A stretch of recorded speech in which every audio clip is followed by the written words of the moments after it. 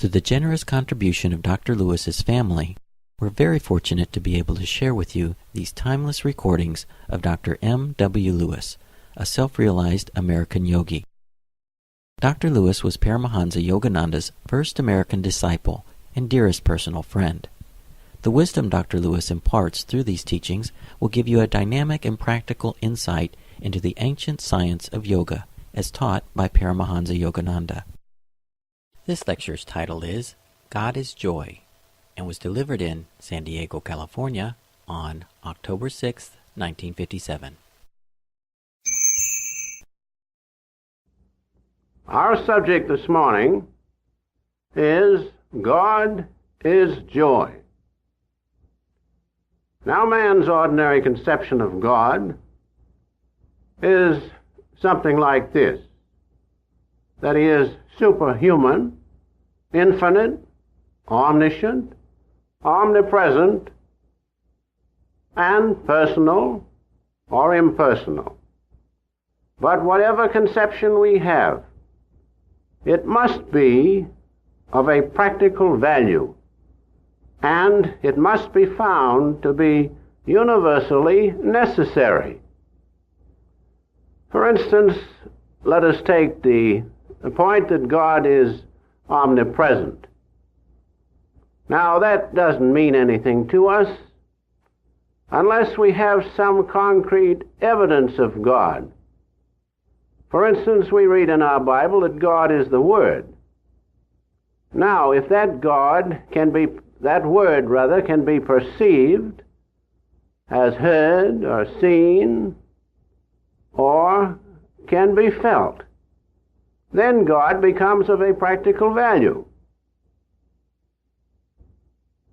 Now, as our Master has written in one of his books, The Science of Religion, he says that if our conception of God does not influence our daily conduct, give us inspiration, does not necessitate his conscious presence in the satisfaction of a want, in our dealings with people, in earning money, in passing an examination, in doing the most trifling or highest duties, then that conception is useless. And so, just saying that God is omnipresent, or having a theoretical conception of this presence is not enough.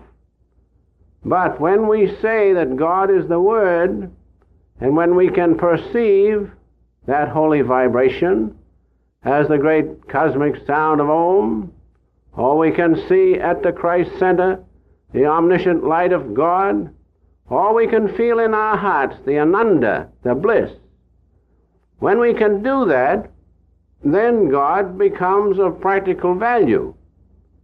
And as that bliss is a part of his presence in us, he then becomes universally necessary. Now, our Master, the founder of Self-Realization Fellowship, has taught this conception of God. God is ever conscious, blissful, eternal existence. And the definition of bliss is heavenly joy.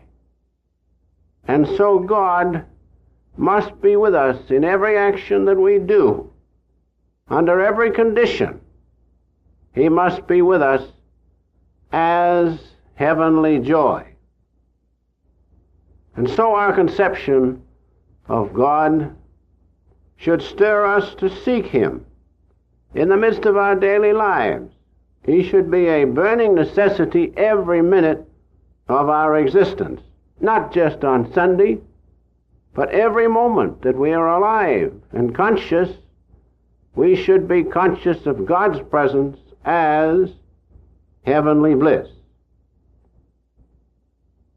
Now, people in general do not seek God for the simple reason that they are not aware of his attractiveness. They do not try to experience him through the proper channels. If they did, then they would experience just what God is, as our Master has said, ever-conscious, blissful, eternal existence. Having that, then they could compare that state of consciousness, or the state of consciousness of the presence of God within us, with ordinary, outward consciousness of this life in which we find ourselves.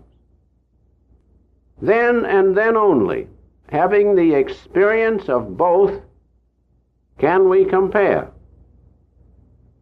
Now, the usual outmoded dogmatic ideas about God must be replaced by a pragmatic, appealing conception. And so what are we really seeking? You say God. Well, that is true, provided that in finding Him, you will attain this. You will attain freedom from pain and want. And also you will attain permanent bliss, heavenly joy.